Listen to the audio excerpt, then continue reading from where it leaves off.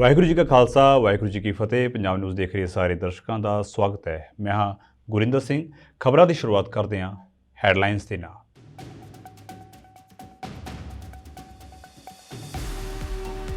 ਸੰਗਰੂਰ ਦੇ ਵਿੱਚ ਕਿਸਾਨਾਂ ਅਤੇ ਪੁਲਿਸ ਵਿਚਾਲੇ ਹੋਈ ਜ਼ਬਰਦਸਤ ਝੜਪ, ਜ਼ਖਮੀ ਕਿਸਾਨ ਪ੍ਰੀਤਮ ਸਿੰਘ ਦੀ ਹੋਈ ਮੌਤ।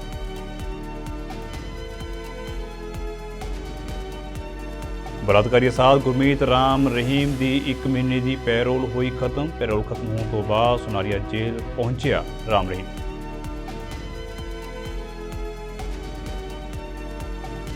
GST ਚੋਰੀ ਰੋਕਣ ਦੇ ਲਈ ਸਰਕਾਰ ਦੀ ਨਵੀਂ ਸਕੀਮ ਬਿੱਲ ਲਿਆਓ ਇਨਾਮ ਪਾਓ ਸਕੀਮ ਕੀਤੀ ਲਾਗੂ।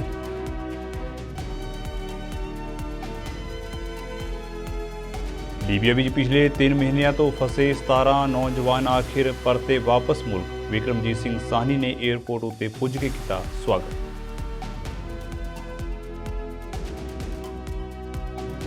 ਪੰਜਾਬ ਸਰਕਾਰ ਦੇ ਵੱਲੋਂ ਪੰਚਾਇਤਾਂ ਭੰਗ ਕਰਨ ਤੋਂ ਬਾਅਦ ਸਰਪੰਚਾਂ ਦੇ ਹੱਕ ਦੇ ਵਿੱਚ ਗਰਜੇ ਸਿਮਰਨਜੀਤ ਸਿੰਘ ਮਾਨ ਕਿਹਾ, ਜੇਕਰ ਸਰਕਾਰ ਨੇ ਆਪਣਾ ਫੈਸਲਾ ਨਾ ਲਿਆ ਵਾਪਸ ਤਾਂ ਕਰਾਂਗੇ ਹਾਈ ਕੋਰਟ ਦਾ ਰੁਖ।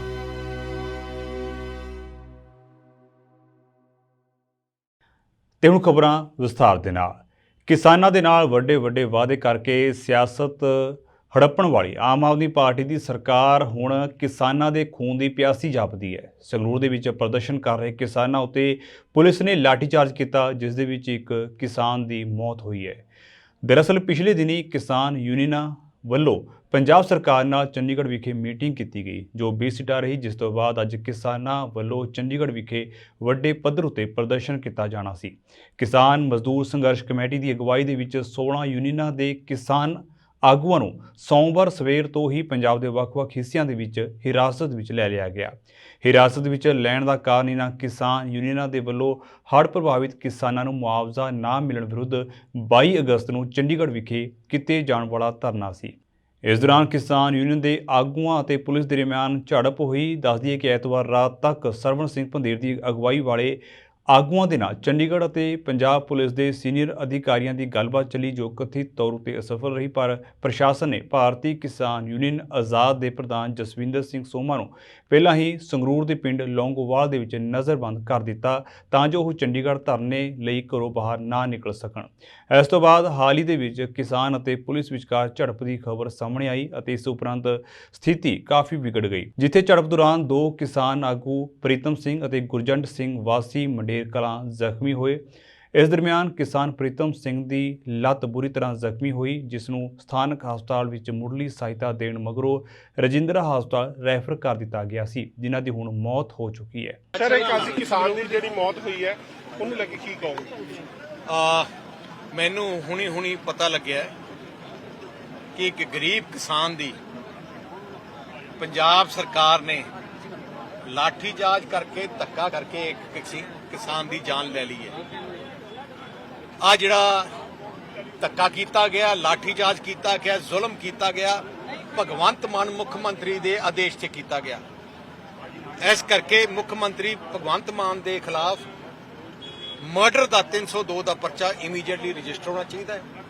ਜਿਹੜੇ SSP ਨੇ, DIG ਤੇ IG ਸੀਗੇ ਉੱਥੇ, ਉਹਨਾਂ ਦੇ ਵੀ 302 ਦਾ ਪਰਚਾ ਹੋਣਾ ਚਾਹੀਦਾ ਇਮੀਡੀਏਟਲੀ। ਗੱਲ ਕਰਦੇ ਹਾਂ ਬਲਾਤਕਾਰੀ ਅਸਾਦ ਗੁਰਮੀਤ ਰਾਮ ਰਹੀਮ ਦੀ, ਜਿਸ ਦੇ ਉੱਪਰ ਭਾਰਤ ਦੀ ਸਰਕਾਰ ਅਤੇ ਇੱਥੋਂ ਦੀਆਂ ਅਦਾਲਤਾਂ ਅਕਸਰ ਮਿਹਰਬਾਨ ਰਹਿੰਦੀਆਂ ਨੇ। ਦੱਸ ਦਈਏ ਕਿ ਗੁਰਮੀਤ ਰਾਮ ਰਹੀਮ ਨੂੰ 1 ਮਹੀਨੇ ਦੀ ਪੈਰੋਲ ਖਤਮ ਹੋਣ ਤੋਂ ਬਾਅਦ ਐਤਵਾਰ ਨੂੰ ਰੋਹਤਕ ਦੀ ਸੁਨਾਰੀਆ ਜੇਲ੍ਹ ਭੇਜਿਆ ਗਿਆ। ਤੁਹਾਨੂੰ ਦੱਸ ਦਈਏ ਕਿ ਪਿਛਲੇ ਮਹੀਨੇ ਪੈਰੋਲ ਮਿਲਣ ਤੋਂ ਬਾਅਦ ਰਾਮ ਰਹੀਮ ਉੱਤਰ ਪ੍ਰਦੇਸ਼ ਦੇ ਬਾਗਪਤ ਜ਼ਿਲ੍ਹੇ ਦੇ ਬਰਨਾਵਾ ਸਥਿਤ ਡੇਰੇ ਵਿੱਚ ਰਹਿ ਰਿਹਾ ਸੀ। ਇਸ ਸਾਲ ਦੂਜੀ ਵਾਰ 30 ਦਿਨਾਂ ਦੀ ਪੈਰੋਲ ਮਿਲਣ ਤੋਂ ਬਾਅਦ ਰਾਮ ਰਹੀਮ ਪਿਛਲੇ ਮਹੀਨੇ ਹਰਿਆਣਾ ਦੇ ਰੋਹਤਕ ਸੁਨਾਰੀਆ ਜੇਲ੍ਹ ਤੋਂ ਬਾਹਰ ਨਿਕਲਿਆ ਸੀ। ਦੱਸਣਯੋਗ ਹੈ ਕਿ ਡੇਰਾ ਸੱਚਾ ਸੌਦਾ ਦਾ ਹੈੱਡ ਕੁਆਰਟਰ ਹਰਿਆਣਾ ਦੇ ਸਿਰਸਾ ਵਿੱਚ ਹੈ ਅਤੇ ਉਹ ਜਬਰ ਜਨਾਹ ਦੇ ਮਾਮਲੇ ਵਿੱਚ 20 ਸਾਲ ਜੇਲ੍ਹ ਦੀ ਸਜ਼ਾ ਕੱਟ ਰਿਹਾ ਹੈ। ਇਸ ਤੋਂ ਪਹਿਲਾਂ ਡੇਰਾ ਮੁਖੀ ਨੂੰ ਜਨਵਰੀ ਦੇ ਵਿੱਚ 40 ਦਿਨਾਂ ਦੀ ਪੈਰੋਲ ਦਿੱਤੀ ਗਈ ਸੀ। ਪਿਛਲੇ ਸਾਲ ਅਕਤੂਬਰ ਦੇ ਵਿੱਚ ਵੀ ਉਸ ਨੂੰ 40 ਦਿਨਾਂ ਦੀ ਪੈਰੋਲ ਮਿਲੀ ਸੀ। ਅਕਤੂਬਰ 2022 ਦੀ ਪੈਰੋਲ ਤੋਂ ਪਹਿਲਾਂ ਜੂਨ 2022 ਦੇ ਵਿੱਚ ਵੀ ਉਹ 1 ਮਹੀਨੇ ਦੀ ਪੈਰੋਲ ਉਤੇ ਜੇਲ੍ਹ ਤੋਂ ਬਾਹਰ ਆ ਚੁੱਕਿਆ ਹੈ। ਇਸ ਤੋਂ ਇਲਾਵਾ ਉਸ ਨੂੰ 7 ਫਰਵਰੀ 2022 ਨੂੰ 3 ਹਫ਼ਤੇ ਦੀ ਫਰਲੋ ਮਿਲੀ ਸੀ। ਰਾਮ ਰਹੀਮ ਨੂੰ 4 ਹੋਰ ਲੋਕਾਂ ਦੇ ਨਾਲ 2021 ਦੇ ਵਿੱਚ ਡੇਰਾ ਮੁਖੀ ਰਣਜੀਤ ਸਿੰਘ ਦੇ ਕਤਲ ਦੀ ਸਾਜ਼ਿਸ਼ ਰਚਣ ਦਾ ਦੋਸ਼ੀ ਕਰਾਰ ਦਿੱਤਾ ਗਿਆ ਸੀ ਅਤੇ ਰਾਮ ਰਹੀਮ ਅਤੇ 3 ਹੋਰਾਂ ਨੂੰ 2019 ਦੇ ਵਿੱਚ 16 ਸਾਲ ਪਹਿਲਾਂ ਇੱਕ ਪੱਤਰਕਾਰ ਦੇ ਕਤਲ ਦੇ ਮਾਮਲੇ ਵਿੱਚ ਦੋਸ਼ੀ ਕਰਾਰ ਵੀ ਦਿੱਤਾ ਗਿਆ ਸੀ। ਪਿਛਲੇ ਦਿਨੀ ਭਗਵੰਤ ਮਾਨ ਸਰਕਾਰ ਨੇ ਹੁਕਮ ਜਾਰੀ ਕਰਦਿਆਂ ਪੰਚਾਇਤਾਂ ਭੰਗ ਕਰ ਦਿੱਤੀਆਂ ਸਨ, ਜਿਸ ਤੋਂ ਬਾਅਦ ਪੰਚਾਇਤਾਂ ਤੇ ਆਮ ਲੋਕਾਂ ਦੇ ਵਿੱਚ ਕਾਫੀ ਰੋਸ ਹੈ। ਸ਼੍ਰੋਮਣੀ ਅਕਾਲੀ ਦਲ ਅੰਮ੍ਰਿਤਸਰ ਦੇ ਪ੍ਰਧਾਨ ਅਤੇ ਸੰਸਦ ਮੈਂਬਰ ਸਰਦਾਰ ਸਿਮਰਨਜੀਤ ਸਿੰਘ ਮਾਨ ਨੇ ਭਗਵੰਤ ਮਾਨ ਦੇ ਇਹਨਾਂ ਹੁਕਮਾਂ ਦੀ ਨਾ ਸਿਰਫ ਨਿੰਦਿਆ ਕੀਤੀ, ਸਗੋਂ ਅੱਜ ਜ਼ੋਰਦਾਰ ਪ੍ਰਦਰਸ਼ਨ ਵੀ ਕੀਤਾ। ਸੰਸਦ ਮੈਂਬਰ ਸਿਮਰਨਜੀਤ ਸਿੰਘ ਮਾਨ ਨੇ ਇਹ ਵੀ ਕਿਹਾ ਹੈ ਕਿ ਜੇਕਰ ਸਰਕਾਰ ਨੇ ਆਪਣਾ ਫੈਸਲਾ ਵਾਪਸ ਨਾ ਲਿਆ ਤਾਂ ਅਸੀਂ ਹਾਈ ਕੋਰਟ ਦਾ ਰੁਖ ਕਰਾਂਗੇ ਅਤੇ ਇਸ ਧੱਕੇਸ਼ਾਹੀ ਦਾ ਡਟ ਕੇ ਵਿਰੋਧ ਕਰਾਂਗੇ। ਜਿਹੜਾ ਪੰਜਾਬ ਦੇ ਵਿੱਚ ਪੰਚਾਇਤਾਂ ਨੂੰ ਸਰਪੰਚਾਂ ਨੂੰ ਭੰਗ ਕਰਤਾ, ਇਹ ਸਰਕਾਰ ਨੇ ਭੁੰਡਾਂ ਦੀ ਖੱਖੜ ਨੂੰ ਛੇੜ ਲਿਆ ਔਰ ਇਹ ਜਿਹੜੀ ਛੇੜਖਾਨੀ ਕੀਤੀ ਹੈ ਇਹਦੇ ਨਾਲ ਸਰਕਾਰ ਨੇ ਜੇ ਵਾਪਸ ਆਰਡਰ ਨਾ ਲਿਆ ਤੇ ਇੱਥੇ ਸਾਰੇ ਪੰਜਾਬ ਦੇ ਵਿੱਚ ਬਦਅਮਨੀ ਪੈਦਾ ਹੋ ਜਾਣੀ ਹੈ। ਪੰਚਾਇਤਾਂ ਤੇ ਸਰਪੰਚਾਂ ਨੂੰ ਫਾਰਗ ਕਰਨ ਦੇ ਲਈ ਸਰਕਾਰ ਨੇ ਕੋਈ ਦੱਸਿਆ ਨਹੀਂ ਕਿ ਅਸੀਂ ਕਿਉਂ ਸਰਪੰਚਾਂ ਨੂੰ ਫਾਰਗ ਕਰ ਰਹੇ ਹਾਂ।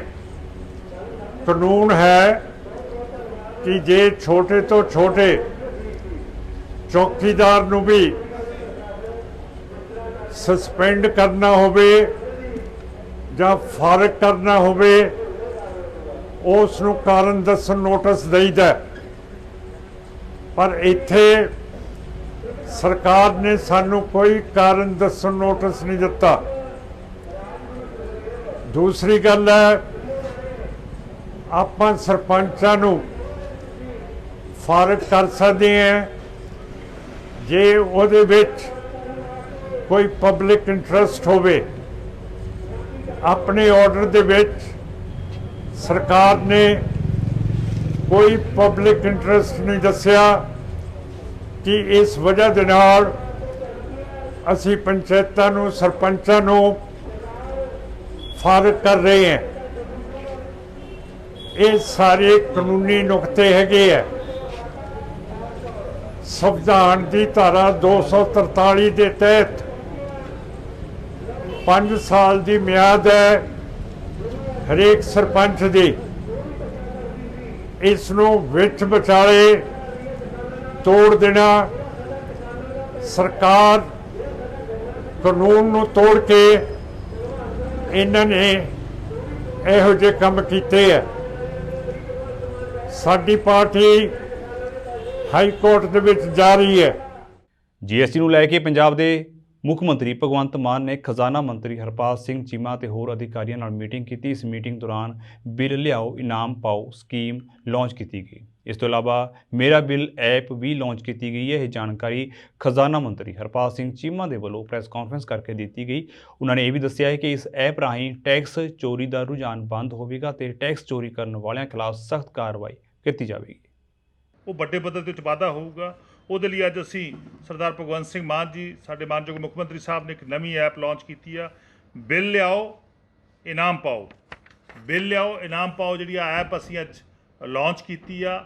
ਇਹਦੇ ਨਾਲ ਮੈਂ ਸਮਝਦਾ ਆਉਣ ਵਾਲੇ ਸਮੇਂ ਦੇ ਅੰਦਰ ਟੈਕਸ ਦੀ ਕਲੈਕਸ਼ਨ ਜਿਹੜੀ ਆ ਉਹ ਵੱਡੇ ਪੱਧਰ ਤੇ ਉਹਦਾ ਵਾਧਾ ਹੋਊਗਾ ਔਰ ਟੈਕਸ ਦੀ ਜਿਹੜੀ ਚੋਰੀ ਜਿਹੜੀ ਲੋਕਲ ਲੈਵਲ ਥੋੜੀ ਬਹੁਤੀ ਹੁੰਦੀ ਸੀਗੀ ਉਹਦਾ ਬਿਲਕੁਲ ਅਸੀਂ ਪੰਜਾਬ 'ਚੋਂ ਖਾਤਮਾ ਕਰਾਂਗੇ। ਸਾਡੇ ਟੈਕਸੇਸ਼ਨ ਡਿਪਾਰਟਮੈਂਟ ਦੇ ਸਾਰੇ ਅਧਿਕਾਰੀਗਣ ਨੇ, ਸਾਰਿਆਂ ਨੇ ਬੜੇ ਅੱਛੇ ਤਰੀਕੇ ਨਾਲ ਇਸ ਐਪ ਨੂੰ ਜਿਹੜਾ ਤਿਆਰ ਕੀਤਾ ਗਾ। ਸੋ ਇਹਦੇ ਵਿੱਚ ਜਿਹੜੀਆਂ ਮੇਨ ਗੱਲਾਂ ਨੇਗੀਆਂ, ਕੌਣ ਐਲੀਜੀਬਲ ਹੋਊਗਾ, ਕੌਣ ਇਹਦੇ ਲਈ ਐਲੀਜੀਬਲ ਹੋਊਗਾ। ਸਭ ਤੋਂ ਪਹਿਲਾਂ ਜਿਹੜਾ ਕੋਈ ਵੀ ਬੰਦਾ ਬਿੱਲ, ਚਾਹੇ ਉਹ ਕੈਸ਼ ਮੀਮੋ ਆ, ਰਿਟੇਲ ਇਨਵੋਇਸ ਆ, ਜਿਹੜਾ ਵੀ ਕਸਟਮਰ ਕੋਈ ਵੀ ਚੀਜ਼ ਜਿਹਦਾ ਰੇਟ ਮੈਂ ਸਮਝਦਾ 200 ਰੁਪਏ ਤੋਂ ਜ਼ਿਆਦਾ ਗਾ, 200 ਰੁਪਏ ਤੋਂ ਜ਼ਿਆਦਾ ਦੀ ਕੋਈ ਵਸਤ ਆ ਉਹਦੇ ਉੱਤੇ ਲਾਗੂ ਆਗੀ। ਔਰ ਜੀਐਸਟੀ ਬਿੱਲ ਹੋਣਾ ਚਾਹੀਦਾ ਗਾ।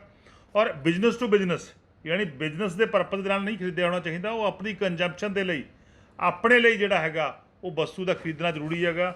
ਸੋ ਇਹਦੇ ਵਿੱਚ ਜਿਹੜੀਆਂ ਚੀਜ਼ਾਂ ਨਹੀਂ ਸ਼ਾਮਲ, ਜਿੰਨੀਆਂ ਵੀ ਆਇਲ ਪ੍ਰੋਡਕਟ ਨੇ, ਪੈਟਰੋਲੀਅਮ ਪ੍ਰੋਡਕਟ ਨੇਗੇ, ਚਾਹੇ ਕਰੂਡ ਆਇਲ ਹੈ, ਪੈਟਰੋਲ, ਡੀਜ਼ਲ ਜਾਂ ਹੋਰ ਦੂਸਰੇ ਉਹ ਜਿਹੜੇ ਜਿਨ੍ਹਾਂ ਦੇ ਬੈਟ ਲੱਗਦਾ ਗਾ, ਜਿਨ੍ਹਾਂ ਬੱਸਾਂ ਤੇ ਬੈਟ ਲੱਗਦਾ ਉਹ ਨਹੀਂ ਆਉਣਗੀਆਂ। ਔਰ ਮਿਨੀਮਮ ਪ੍ਰਾਈਸ ਜਿਹੜਾ ਹੈਗਾ ਅਸੀਂ ਰੱਖਿਆ ਗਾ ਕਿ ਜੇਕਰ ਤੁਸੀਂ 200 ਰੁਪਏ ਦੀ ਕੋਈ ਚੀਜ਼ ਖਰੀਦਦੇ ਹੋ, ਤੁਸੀਂ ਆਪਣੀ ਉਸ ਐਪ ਤੇ ਜਾ ਕੇ ਲੋਡ ਕੀਤਾ ਗਾ ਤਾਂ 5 ਗੁਣਾ, ਯਾਨੀ ਕਿ 200 ਰੁਪਏ ਦਾ ਕੋਈ ਤੁਸੀਂ ਸਮਾਨ ਖਰੀਦਿਆ ਉਹਦੇ ਤੇ ਮੈਕਸਿਮਮ 1000 ਦਾ ਇਨਾਮ ਜਿਹੜਾ, ਜੇਕਰ ਉਹ ਲੱਕੀ ਡਰਾ ਨਿਕਲਦਾ ਜਦੋਂ 1000 ਦਾ ਇਨਾਮ ਮਿਲੂਗਾ। ਔਰ ਵੱਧ ਤੋਂ ਵੱਧ ਅਸੀਂ ਕੈਪ ਲਾਈ ਆ ਕਿ 10,000 ਰੁਪਇਆ, ਚਾਹੇ ਤੁਸੀਂ 2 ਲੱਖ ਦਾ ਸਮਾਨ ਖਰੀਦਦੇ ਹੋ, ਚਾਹੇ 20 ਲੱਖ ਦਾ ਸਮਾਨ ਖਰੀਦਦੇ ਹੋ, ਤਾਂ ਉਹਦੇ ਉੱਤੇ 10,000 ਰੁਪਏ ਦਾ ਇਨਾਮ ਹੋਊਗਾ। ਸੋ 1 ਮਹੀਨੇ ਦੇ ਅੰਦਰ ਪੂਰੇ ਪੰਜਾਬ ਦੇ ਜਿੰਨੇ ਜ਼ਿਲ੍ਹੇ ਨੇਗੇ ਔਰ ਸਾਰੇ ਜ਼ਿਲ੍ਹਿਆਂ ਦੇ ਅੰਦਰ ਅਸੀਂ 29 ਲੱਖ ਰੁਪਇਆ, ਹਰੇਕ ਮਹੀਨੇ 29 ਲੱਖ ਰੁਪਏ ਦੇ ਜਿਹੜੇ ਇਨਾਮ ਉਹ ਵੰਡੇ ਜਾਇਆ ਕਰਨਗੇ। ਹਰੇਕ ਮਹੀਨੇ ਦੇ ਪਹਿਲੇ ਜਿਹੜਾ ਹਫਤਾ ਹੋਊਗਾ ਉਹਦੇ ਲਾਸਟ ਵਾਲੇ ਦਿਨ ਦੇ ਅੰਦਰ ਅਸੀਂ ਇਸ ਦਾ ਡਰਾ ਕੱਢਿਆ ਕਰਾਂਗੇ। ਡਰਾ ਕੱਢਣ ਲਈ ਇੱਕ ਅੱਛਾ ਮੈਕੈਨਿਜ਼ਮ, ਇੱਕ ਟੀਮ ਤਿਆਰ ਕੀਤੀ ਗਈ ਹੈ ਜਿਹਦੇ ਵਿੱਚ ਬਹੁਤ ਸਾਰੇ ਅਧਿਕਾਰੀਗਣ ਸ਼ਾਮਲ ਨੇਗੇ। ਪੰਜਾਬ ਦੀ ਸਿਆਸਤ ਵਿੱਚ ਕਾਫੀ ਨਿਗਾਰ ਆ ਚੁੱਕਿਆ ਹੈ ਅਤੇ ਲੋਕਾਂ ਦੇ ਮੁੱਦਿਆਂ ਉੱਤੇ ਸਿਆਸਤ ਕਰਨ ਦੀ ਥਾਂ ਇੱਥੋਂ ਦੇ ਸਿਆਸਤਦਾਨ ਇੱਕ ਦੂਜੇ ਖਿਲਾਫ ਨਿੱਜੀ ਦੂਸ਼ਣਬਾਜ਼ੀ ਕਰਦੇ ਨੇ। ਦਰਅਸਲ ਬੀਤੇ ਦਿਨੀ ਸੰਸਦ ਮੈਂਬਰ ਰਵਨੀਤ ਬਿੱਟੂ ਨੇ ਲੁਧਿਆਣਾ ਵਿੱਚ ਵਿਧਾਇਕ ਗੁਰਪ੍ਰੀਤ ਗੋਗੀ ਉੱਤੇ ਨਿੱਜੀ ਹਮਲੇ ਕੀਤੇ ਤਾਂ ਅੱਜ ਆਪ ਦੇ ਵਿਧਾਇਕ ਨੇ ਵੀ ਬਿੱਟੂ ਨੂੰ ਜਵਾਬ ਦਿੱਤਾ। ਆਪਦਾ ਪਿੰਡ ਜਿਹੜਾ ਇਸੇਵਾਲ ਲਿਆ ਸੀਗਾ, ਅਡਾਪਟ ਕੀਤਾ ਸੀਗਾ, ਉੱਥੇ ਤਾਂ ਕਦੀ ਗਏ ਨਹੀਂ ਜਨਾਬ। ਉੱਥੇ ਦੇਖੋ ਤੁਸੀਂ, ਨਾ ਤਾਂ ਉੱਥੇ ਡਿਸਪੈਂਸਰੀ ਆ, ਨਾ ਉੱਥੇ ਸਕੂਲਾਂ ਦਾ ਹਾਲ ਮਾੜਾ, ਨਾ ਉੱਥੇ ਤੁਹਾਡਾ ਡੰਗਰ ਹਸਪਤਾਲ ਜਿਹੜਾ ਬਣਿਆ ਉਹ ਬੰਦ ਪਿਆ, ਨਾ ਉੱਥੇ ਤੁਹਾਡਾ ਕੋਈ ਇੱਥੇ ਡਾਕਖਾਨਾ, ਨਾ ਕੁਛ ਹੋਰ, ਸੜਕਾਂ ਟੁੱਟੀਆਂ ਪਈਆਂ ਨੇ। ਜਿਹੜਾ ਇਹਨਾਂ ਨੇ ਪਿੰਡ ਅਡਾਪਟ ਕੀਤਾ ਸੀ ਉੱਥੇ ਤਾਂ ਜਾਂਦੇ ਨਹੀਂ, ਪਤਾ ਵੀ ਵੱਢ ਪੈਣੀ ਆ, ਤੇ ਇੱਧਰ ਨੂੰ ਮੂੰਹ ਚੱਕ ਕੇ ਤੁਰੇ ਆਉਂਦੇ ਨੇ। ਪਤਾ ਨਹੀਂ ਇਹ ਹਲਕਾ ਪੱਛਮੀ ਦੇ ਐਮਪੀ ਨੇ ਜਾਂ ਪੂਰੇ ਲੁਧਿਆਣੇ ਦੇ ਨੇ ਐਮਪੀ ਨੇ, ਮੈਨੂੰ ਤਾਂ ਇਹੀ ਗੱਲ ਨਹੀਂ ਸਮਝ ਲੱਗਦੀ। ਇਹਨਾਂ ਰਾਤ ਨੂੰ ਵੀ ਗੋਗੀ ਦੇ ਸੁਪਨੇ ਆਉਂਦੇ ਆ, ਦਿਨੇ ਵੀ ਗੋਗੀ ਦੇ ਸੁਪਨੇ ਆਉਂਦੇ ਆ, ਠੀਕ ਆ। ਤੇ ਜਦੋਂ ਉੱਠਦੇ ਆ ਉਦੋਂ ਹੀ ਉੱਠਦੇ ਗੋਗੀ ਗੋਗੀ ਗੋਗੀ ਕਰਕੇ, ਕਦੀ ਕਿਸੇ ਪੁਲ 'ਚ ਵੱਜਦੇ ਆ ਜਾ ਕੇ, ਕਦੀ ਕਿਸੇ ਖੰਭੇ 'ਚ ਵੱਜਦੇ ਆ, ਕਦੇ ਪਾਰਕ 'ਚ ਜਾ ਵੜਦੇ ਆ, ਤੇ ਮਤਲਬ ਬੰਦਲਾਏ ਫਿਰਦੇ ਨੇ। ਆਪਣੀ ਇਹ ਰਾਜਨੀਤਿਕ ਇੱਕ ਜ਼ਮੀਨ ਲੱਭਣੀ ਚਾਹੁੰਦੇ ਨੇ, ਤੇ ਮੇਰਾ ਖਿਆਲ ਉਹ ਲੋਕਾਂ ਨੇ ਦੇਣੀ ਨਹੀਂ। ਕੁੰਭਕਰਨ ਇਹ ਸੁੱਤੇ ਰਹਿਣ।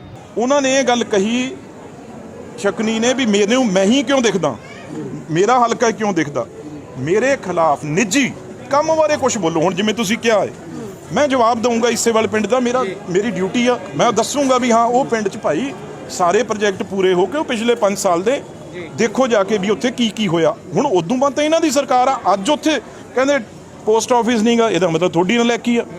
ਅੱਜ ਉੱਥੇ ਕਹਿੰਦੇ ਹਸਪੀਟਲ, ਵੈਟਰਨਰੀ ਹਸਪੀਟਲ ਨਹੀਂ, ਉਹ ਤੁਹਾਡੀ ਜ਼ਰੂਰ ਬੇਵਕੂਫੀ ਆ। ਬਣਾਓ ਫਿਰ, ਤੁਸੀਂ ਕੀ ਕਰਦੇ ਹੋ? ਅੱਜ ਕਹਿੰਦੇ ਆਹ ਨਹੀਂ ਉਹ ਨਹੀਂ, ਇਹ ਤਾਂ ਭਾਈ 18 ਮਹੀਨੇ ਹੋ ਗਏ। ਦੂਜੀ ਗੱਲ ਜਿਹੜੀ ਮੈਂ ਕਰ ਰਿਹਾ ਸੀ ਵੀ ਮੈਂ ਕਦੇ ਵੀ ਪਰਸਨਲ ਅਟੈਕ ਕਿਸੇ ਤੇ ਨਹੀਂ ਕਰਦਾ ਜਿੰਨਾ ਚਿਰ ਕੋਈ ਪਹਿਲ ਨਾ ਕਰੇ। ਹੁਣ ਉਹਨਾਂ ਨੇ ਪਹਿਲ ਕੀਤੀ ਆ ਤੇ ਭਾਈ ਹੁਣ ਸਵਾਦ ਲੈਣਾ ਪਊਗਾ। ਉਹਨਾਂ ਨੇ ਇੱਕ ਕਿਹਾ ਵੀ ਕਿਸੇ ਬੱਚੇ ਨੇ ਦੱਸਦਾ ਹੋਣਾ, ਕਿਉਂਕਿ ਆਪ ਵੀ ਹਜੇ ਕਹਿੰਦੇ ਸ਼ੇਰ ਡਿਸਕਵਰੀ ਚੈਨਲ ਦੇਖੋ। ਸ਼ੇਰ ਜਿਹੜਾ ਹੁੰਦਾ ਜਦੋਂ ਸ਼ਿਕਾਰ ਕਰਦਾ ਏ, ਉਹ ਉਹਨਾਂ ਨੂੰ ਉਦੋਂ ਬਾਅਦ ਕਹਿਣਾ ਨਹੀਂ ਆਇਆ ਖੁੱਲ੍ਹ ਕੇ ਵੀ ਜਿਹੜਾ ਬਚਿਆ ਖੁਚਿਆ ਉਹ ਮਾਸ ਛੱਡ ਜਾਂਦਾ, ਉਹਨੂੰ ਕਹਿੰਦੇ ਇੱਕ ਹਾਇਨਾ, ਉਹਨੂੰ ਬਾਅਦ 'ਚ ਖਾਣ ਆ ਜਾਂਦਾ। ਹੁਣ ਮੈਨੂੰ ਦੱਸੋ, ਕਹਿੰਦੇ ਆਪਣੇ ਆਪ ਨੂੰ ਸ਼ੇਰ ਕਹਿ ਰਹੇ ਸੀ। ਸ਼ੇਰ ਦੇਖਿਆ ਜਿਹਦੇ ਸਿਰ ਤੇ ਵਾਲ ਨਾ ਹੋਵੇ, ਸ਼ੇਰ ਦੇਖਿਆ ਜਿਹਦੇ ਮੂੰਹ ਤੇ ਦਾੜੀ ਨਾ ਹੋਵੇ। ਸ਼ੇਰ ਬੱਬਰ ਸ਼ੇਰ ਦੇਖਿਆ ਨਾ, ਬਗੈਰ ਵਾਲਾਂ ਤੋਂ ਕਿਹੜਾ ਸ਼ੇਰ ਹੁੰਦਾ ਜਿਹਦੇ ਉੱਤੇ ਨਾ ਥੱਲੇ। ਜਿਹੜਾ ਲੱਕੜ ਬੱਗਾ ਹੁੰਦਾ ਹਾਇਨਾ ਉਹਨੂੰ ਕਹਿੰਦੇ ਆ। ਲੱਕੜ ਬੱਗੇ ਦਾ ਆਮ ਤੌਰ ਤੇ ਆਪਾਂ ਕੀ ਕਹਿੰਦੇ, ਲੱਕ ਟੁੱਟਿਆ ਹੁੰਦਾ, ਉਹ ਪਿੱਛੋਂ ਬੈਠਾ ਜਾਂ ਨਹੀਂ ਹੁੰਦਾ। ਤੇ ਹੁਣ ਮੈਨੂੰ ਇਹ ਦੱਸ ਦਿਓ, ਹੁਣ ਇਹ ਦੱਸਿਓ ਮੈਨੂੰ ਵੀ ਤੁਹਾਨੂੰ ਦੋਨਾਂ ਦੇ ਵਿੱਚੋਂ ਸ਼ੇਰ ਕਿਹੜਾ ਲੱਗਦਾ? ਭਾਰਤ ਦੇ ਪ੍ਰਧਾਨ ਮੰਤਰੀ ਨਰਿੰਦਰ ਮੋਦੀ ਦੇਸ਼ ਦੇ ਵਿੱਚ ਰੁਜ਼ਗਾਰ ਪੈਦਾ ਕਰਨ ਦੇ ਭਾਵੇਂ ਲੱਖ ਦਾਅਵੇ ਕਰਦੇ ਹੋਣ, ਪਰ ਅਸਲ ਦੇ ਵਿੱਚ ਬੇਰੁਜ਼ਗਾਰੀ ਤੋਂ ਦੁਖੀ ਹੋ ਕੇ ਇੱਥੋਂ ਦੇ ਨੌਜਵਾਨ ਧੋਖੇਬਾਜ਼ ਏਜੰਟਾਂ ਦੇ ਜਾਲ ਵਿੱਚ ਫਸ ਕੇ ਨਰਕ ਭੋਗਦੇ ਨੇ। ਤਾਜ਼ੇ ਮਾਮਲੇ ਦੀ ਗੱਲ ਕਰੀਏ ਤਾਂ ਲੀਬੀਆ ਦੇ ਵਿੱਚ ਪਿਛਲੇ 3 ਮਹੀਨੇ ਤੋਂ ਫਸੇ 17 ਨੌਜਵਾਨ ਆਖਿਰ ਵਾਪਸ ਮੁਲਕ ਪਰਤੇ ਨੇ ਅਤੇ ਇਸ ਸਭ ਦੇ ਲਈ ਹੁਣ ਸਮਾਜ ਸੇਵੀ ਅਤੇ ਸੰਸਦ ਮੈਂਬਰ ਬਿਕਰਮਜੀਤ ਸਾਹਨੀ ਨੇ ਕਦਮ ਚੁੱਕਦਿਆਂ ਕੇਂਦਰ ਸਰਕਾਰ ਦੇ ਨਾਲ ਗੱਲ ਕੀਤੀ, ਜਿਸ ਤੋਂ ਬਾਅਦ ਉਹਨਾਂ ਦੀ ਵਾਪਸੀ ਸੰਭਵ ਹੋਈ।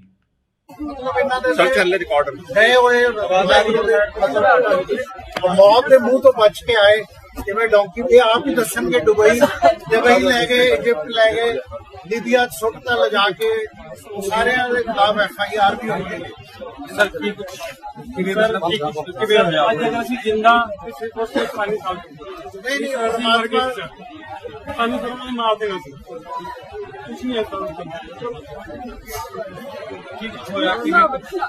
चलो कोई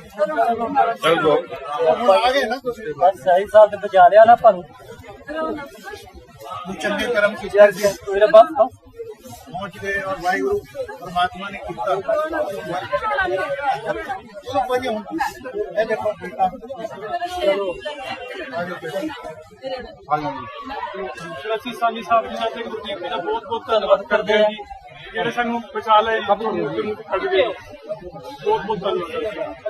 ਤੇ ਮੈਂ ਇੱਕ ਰਿਕੁਐਸਟ ਕਰਨਾ ਜੀ, ਪਲੀਜ਼ ਆਪਣੇ ਬੱਚਿਆਂ ਨੂੰ ਇਦਾਂ ਦੇ ਸਿਸਟਮ 'ਚ ਨਾ ਭੇਜੋ ਜੀ, ਜੈਟਾਂ ਦੀ ਗੱਲਾਂ 'ਚ ਨਾ ਆਓ ਜੀ, ਤੇ ਖਾਸ ਕਰ ਲੀਬੀਆ ਨਾਮ ਦੀ ਕੰਟਰੀ 'ਚ ਜੀ ਆਪਣੇ ਬੱਚੇ ਨੂੰ ਬਿਲਕੁਲ ਨਾ ਭੇਜੋ ਜੀ, ਬਿਲਕੁਲ ਨਾ ਭੇਜੋ। ਮੈਂ 4 ਮਹੀਨੇ ਰਹੇ।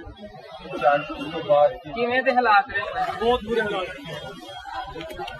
4-5 ਦਿਨ ਸਰ ਖਾਣਾ ਨਹੀਂ ਮਿਲਣਾ, ਮਾਰ ਕੁੱਟ ਹੋਣੀ, ਕੰਮ ਕਰਾਉਣਾ ਸਾਡੇ ਕੋਲੋਂ, ਬਹੁਤ ਬੁਰੇ ਹਾਲਾਤ। ਜਿਵੇਂ ਦੀ ਕੰਟਰੀ ਹੈ ਸਰ, ਬੰਦਾ ਗੋਲੀ ਮਾਰ ਕੇ ਦੱਬ ਦਿਨ ਕੋਈ ਨਹੀਂ ਪੁੱਛਦਾ। ਉਹ ਤਾਂ ਸਰਕਾਰ ਕੋਈ ਨਹੀਂ ਹੈਗੀ ਗਏ थे, ਉਹਦੇ ਸਾਰਾ ਮਾਫੀਆ ਸਾਨੂੰ ਸਰ ਬਚਾਉਣ ਵਾਲੇ ਸਿਰਫ ਸਾਨੀ ਸਾਹਿਬ ਤੇ ਗੁਰਦੀਪ ਜੀ ਨੇ ਸਰ ਸਾਡਾ ਇੱਕ ਵਜੇ ਰਾਤ ਨੂੰ 1 ਵਜੇ ਫੋਨ ਚੱਕੇ, ਤੇ ਜਿੰਨਾ ਜ਼ੋਰ ਸਾਨੀ ਸਾਹਿਬ ਨੇ ਲਾਇਆ ਸ਼ਾਇਦ ਕੋਈ ਸਾਡੇ ਲਈ ਨਹੀਂ ਲਾ ਸਕਦਾ। ਕੁਝ ਮਿਨਿਸਟਰ ਸਾਡੇ ਆਪਣੇ ਕੁਝ ਇਦਾਂ ਨੇ ਸਰ, ਸੋਸ਼ਲ ਮੀਡੀਆ ਯੂਜ਼ ਕਰਦੇ ਨੇ ਬਟ ਸਰ ਰਿਪਲਾਈ ਨਹੀਂ ਕਰਦੇ। ਇੱਕ ਸਾਨੀ ਸਾਹਿਬ ਸੀ ਜਿਨ੍ਹਾਂ ਨੇ ਸਾਡੇ ਪਹਿਲੇ ਮੈਸੇਜ ਤੇ ਰਿਪਲਾਈ ਕੀਤਾ ਤੇ ਐਕਸ਼ਨ ਲਿਆ। ਧੋਖੇਬਾਜ਼ ਏਜੰਟਾਂ ਦਾ ਸ਼ਿਕਾਰ ਸਿਰਫ ਨੌਜਵਾਨ ਮੁੰਡੇ ਹੀ ਨਹੀਂ ਸਗੋਂ ਕੁੜੀਆਂ ਵੀ ਹੁੰਦੀਆਂ ਨੇ। ਸੁਨਹਿਰੀ ਭਵਿੱਖ ਦਾ ਸੁਪਨਾ ਵਿਖਾ ਕੇ ਇਹ ਧੋਖੇਬਾਜ਼ ਏਜੰਟ ਭੋਲੇ ਭਾਲੇ ਮੁੰਡੇ ਕੁੜੀਆਂ ਨੂੰ ਆਪਣੇ ਜਾਲ ਦੇ ਵਿੱਚ ਫਸਾ ਲੈਂਦੇ ਨੇ ਅਤੇ ਫਿਰ ਅਰਬ ਜਹੀ ਖਾੜੀ ਦੇ ਵਿੱਚ ਇਹਨਾਂ ਨੂੰ ਵੇਚਿਆ ਜਾਂਦਾ ਹੈ। ਰਾਜ ਸਭਾ ਮੈਂਬਰ ਬਲਬੀਰ ਸਿੰਘ ਸੀਚੇਵਾਲ ਦੇ ਯਤਨਾਂ ਸਦਕਾ 4 ਕੁੜੀਆਂ ਵਾਪਸ ਪਰਤੀਆਂ ਨੇ। ਇਸ ਮੌਕੇ ਸੀਚੇਵਾਲ ਨੇ ਨੌਜਵਾਨਾਂ ਨੂੰ ਅਪੀਲ ਕੀਤੀ ਹੈ ਕਿ ਉਹ ਇਹਨਾਂ ਧੋਖੇਬਾਜ਼ ਏਜੰਟਾਂ ਤੋਂ ਬਚਣ। ਅੱਜ 4 ਲੜਕੀਆਂ ਜਿਹੜੀਆਂ ਉਹ ਵਾਪਸ ਆਈਆਂ। ਬੜੇ ਦੁੱਖ ਦੀ ਗੱਲ ਆ ਕਿ ਇਹ ਲੜਕੀਆਂ ਬੜੇ ਗਰੀਬ ਘਰਾਂ ਦੇ ਨਾਲ ਸੰਬੰਧਿਤ ਆ। ਇਹਨਾਂ ਨੂੰ ਉੱਥੇ ਚੰਗੇ ਤਨਖਾਹ ਦਾ ਲਾਰਾ ਲਾ ਕੇ ਲੈ ਜਾਂਦੇ ਆ। ਇਹਨਾਂ ਕੋਲ ਫਿਰ ਉੱਥੇ ਪਾਸਪੋਰਟ ਦੱਸਦੇ ਆ ਕਿ ਖੋਹ ਲੈਂਦੇ, ਤੇ ਘਰਾਂ ਦੇ ਵਿੱਚ ਵੱਧ ਕੰਮ ਤੇ ਨਾਲ ਤਸ਼ੱਦਦ ਇਹਨਾਂ ਦੇ ਉੱਤੇ ਹੁੰਦਾ ਰਿਹਾ। ਦੇ ਵਿੱਚੋਂ 3 ਲੜਕੀਆਂ ਜਿਹੜੀਆਂ ਹੈਗੀਆਂ ਇਰਾਕ 'ਚੋਂ ਵਾਪਸ ਆਈਆਂ ਤੇ ਇੱਕ ਮਸਕਟ ਓਮਾਨ 'ਚੋਂ ਵਾਪਸ ਆਈ ਹੈ। ਕੋਸ਼ਿਸ਼ ਕੀਤੀ, ਅੰਬੈਸੀ ਨੂੰ ਲਿਖਿਆ, ਅਸੀਂ ਧੰਨਵਾਦ ਕਰਦੇ ਹਾਂ ਅੰਬੈਸੀ ਦਾ, ਇੰਡੀਅਨ ਅੰਬੈਸੀ ਦਾ, ਜਿਨ੍ਹਾਂ ਨੇ ਇਹਨਾਂ ਦੀ ਹੈਲਪ ਕੀਤੀ ਤੇ ਅੱਜ ਇਹ ਵਾਪਸ ਆਪਣੇ ਪਰਿਵਾਰਾਂ 'ਚ ਆਈਆਂ। ਕਿਉਂਕਿ ਜ਼ਿਆਦਾ ਇਹਨਾਂ ਦੇ ਵਿੱਚੋਂ ਜਿਹੜੇ ਇੱਕ ਦੂਸਰੇ ਇਹਨਾਂ ਨੂੰ ਫਸਾਇਆ ਜਾਂਦਾ, ਪਰਿਵਾਰਕ ਤੌਰ ਦੇ ਉੱਤੇ ਵੀ ਜਾਂ ਰਿਸ਼ਤੇਦਾਰ ਇਹੋ ਜਿਹੇ ਆਪ ਫਸੇ ਹੁੰਦੇ ਆ, ਮਗਰੋਂ ਆਪ ਆ ਜਾਂਦੇ ਤੇ ਆਪਣੇ ਕਿਸੇ ਰਿਸ਼ਤੇਦਾਰ ਨੂੰ ਫਸਾ ਦਿੰਦੇ ਆ। ਸੋ ਅਸੀਂ ਕਹਿੰਦੇ ਬਾਹਰ ਜਾਣਾ, ਦੁਨੀਆ ਭਰ ਵਿੱਚ ਜਿੱਥੇ ਮਰਜ਼ੀ ਜਾਓ, ਖਾਸ ਕਰਕੇ ਲੜਕੀਆਂ ਨੂੰ ਵੀ ਸਾਡੀ ਬੇਨਤੀ ਹੈ ਕਿ ਇਹ ਜਿਹੜੇ ਠੱਗ ਟਰੈਵਲ ਏਜੰਟਾਂ ਦੇ ਰਾਹੀਂ ਨਾ ਜਾਓ। ਜੇ ਜਾਣਾ ਵਾ ਤੇ ਉਹਦੇ ਵਾਸਤੇ ਜਿਹੜਾ ਹੈਗਾ ਤੁਹਾਡਾ ਜਿਹੜਾ ਹੈ ਪੂਰਾ ਵੀਜ਼ਾ ਹੋਵੇ, ਫਿਰ ਉਹਦੇ ਵਿੱਚ ਜੋ ਵੀ ਤੁਹਾਡਾ ਕੰਟਰੈਕਟ ਕੀਤਾ ਉਹ ਹੋਵੇ, ਜਾਂ ਜਿਹੜੇ ਸਹੀ ਏਜੰਟਾਂ ਰਾਹੀਂ ਤੁਸੀਂ ਜਿਹੜਾ ਹੈ ਉਹ ਜਾਓ, ਤਾਂ ਕਿ ਤੁਸੀਂ ਆਪ ਵੀ ਸੁਰੱਖਿਅਤ ਰਹੋ, ਤੁਹਾਡੇ ਪਰਿਵਾਰ ਨੂੰ ਵੀ ਜਿਹੜਾ ਹੈ ਤੁਹਾਡਾ ਕੋਈ ਸ਼ੋਸ਼ਣ ਵੀ ਨਾ ਕਰ ਸਕੇ। ਸੋ ਇਹ ਲਗਾਤਾਰ ਜਿਹੜਾ ਹੈ ਸ਼ਿਕਾਇਤਾਂ ਸਾਡੇ ਕੋਲ ਪਹੁੰਚ ਰਹੀਆਂ ਤੇ ਅਸੀਂ ਕੋਸ਼ਿਸ਼ ਕਰ ਰਹੇ ਹਾਂ ਕਿ ਇਹਨਾਂ ਦੇ ਹੱਲ ਵਾਸਤੇ ਕੋਈ ਯਤਨ ਕੀਤੇ ਜਾਣ। ਸੋ ਅੱਜ 4 ਲੜਕੀਆਂ ਆਈਆਂ, ਸਾਨੂੰ ਖੁਸ਼ੀ ਹੈ ਕਿ ਇਹ 4 ਪਰਿਵਾਰਾਂ ਦੇ ਵਿੱਚ ਆਪਣੇ ਦੇ ਵਿੱਚ ਪਹੁੰਚੀਆਂ, ਆਪਣੇ ਬੱਚਿਆਂ 'ਚ ਪਹੁੰਚੀਆਂ। ਇੰਡੀਅਨ ਸਪੇਸ ਰਿਸਰਚ ਆਰਗੇਨਾਈਜੇਸ਼ਨ ਯਾਨੀ ਕਿ ਇਸਰੋ ਦਾ ਮਿਸ਼ਨ ਚੰਦਰਯਾਨ 3 ਇਤਿਹਾਸ ਰਚਣ ਤੋਂ ਕੁਝ ਕਦਮ ਦੂਰ ਹੈ। ਚੰਦਰਯਾਨ 3 ਦਾ ਲੈਂਡਰ ਵਿਕਰਮ ਚੰਦਰਮਾ ਦੀ ਸਤ੍ਹਾ ਉੱਤੇ ਉਤਰਨ ਲਈ ਪੂਰੀ ਤਰ੍ਹਾਂ ਤਿਆਰ ਹੈ ਤੇ ਇਹ 23 ਅਗਸਤ ਨੂੰ ਸੁਰੱਖਿਅਤ ਲੈਂਡਿੰਗ ਕਰੇਗਾ। ਇਸ ਤੋਂ ਪਹਿਲਾਂ ਵੀ ਲੈਂਡਰ ਚੰਦਰਮਾ ਦੀਆਂ ਸ਼ਾਨਦਾਰ ਤਸਵੀਰਾਂ ਭੇਜ ਚੁੱਕਿਆ ਹੈ। ਇਸਰੋ ਨੇ ਸੋਸ਼ਲ ਮੀਡੀਆ ਪਲੇਟਫਾਰਮ ਉੱਤੇ ਇਹਨਾਂ ਤਸਵੀਰਾਂ ਨੂੰ ਟਵੀਟ ਕੀਤਾ ਅਤੇ ਲਿਖਿਆ ਹੈ ਕਿ ਇਹ ਚੰਦਰਮਾ ਦੇ ਦੂਰ ਵਾਲੇ ਪਾਸੇ ਦੀਆਂ ਤਾਜ਼ਾ ਤਸਵੀਰਾਂ ਨੇ। देखिए हाँ, ये जो डी बूस्टिंग मैनूवर्स है, रेट्रो फायरिंग से भी कहते हैं, वो है कि ये पूरे स्पेसक्राफ्ट को धीमा किया जा रहा है। वो बहुत तेज़ चल रहा है, वो धीरे धीरे 2 कार्य हो रहा है। एक तो उसे एक सर्कुलर ऑर्बिट में लाने की कोशिश, और अभी वो सर्कुलर ऑर्बिट में था, अभी वो और इलिप्टिकल ऑर्बिट में आ गया है, जिसमें उसका पेरिजी जो है यानी कि चंद्रमा से सबसे पास वाला वो 25 किलोमीटर ही दूर है। और इसका मतलब ये है कि धीरे धीरे उसे चंद्रमा के और पास लाया जा रहा है कि वो 23 अगस्त को ठीक तरह लैंड कर सके। लेकिन ये है कि ये बहुत ही हाई प्रिसिशन वो हैं, ये बहुत ही हाई प्रिसिशन मैनूवर्स है, और अगर कुछ भी गलती हो गया फिर वो और गलती हो सकता है। तो मेरे ख्याल में ऐसा नहीं होगा, और 23 को हम देखेंगे कि ये ठीक तरह ये लैंड करेगा। देखिए, अभी इसरो का अनाउंसमेंट आया है कि अब तक जो है सो फार सो गुड वाली खबर है, यानी कि चंद्रयान 3 अपनी कक्षा में सही ढंग से एज प्रोग्राम्ड एज प्लान्ड जो है वो चल रहा है।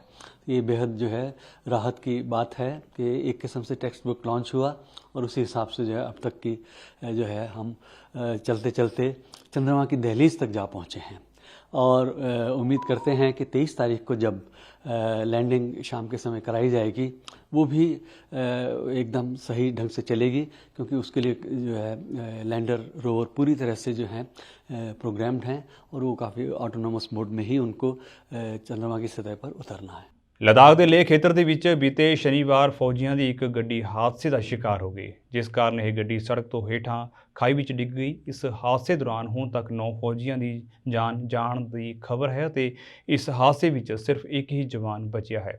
ਹਾਦਸੇ ਦਾ ਸ਼ਿਕਾਰ ਹੋਣ ਵਾਲਿਆਂ ਵਿੱਚ ਤੇਜਪਾਲ ਨਾਮ ਦਾ ਵੀ ਇੱਕ ਜਵਾਨ ਸੀ, जिस ਦੇ मारे जाने तो बाद परिवार वाले गहरे सदमे ਵਿੱਚ ਨੇ। बात ये हुई कि बेटे आपके मैं बच्चों को ले जा रहा हूँ, उसके बाद मैं आपको घुमाने के लिए जाऊँ, ये बात हुई थी।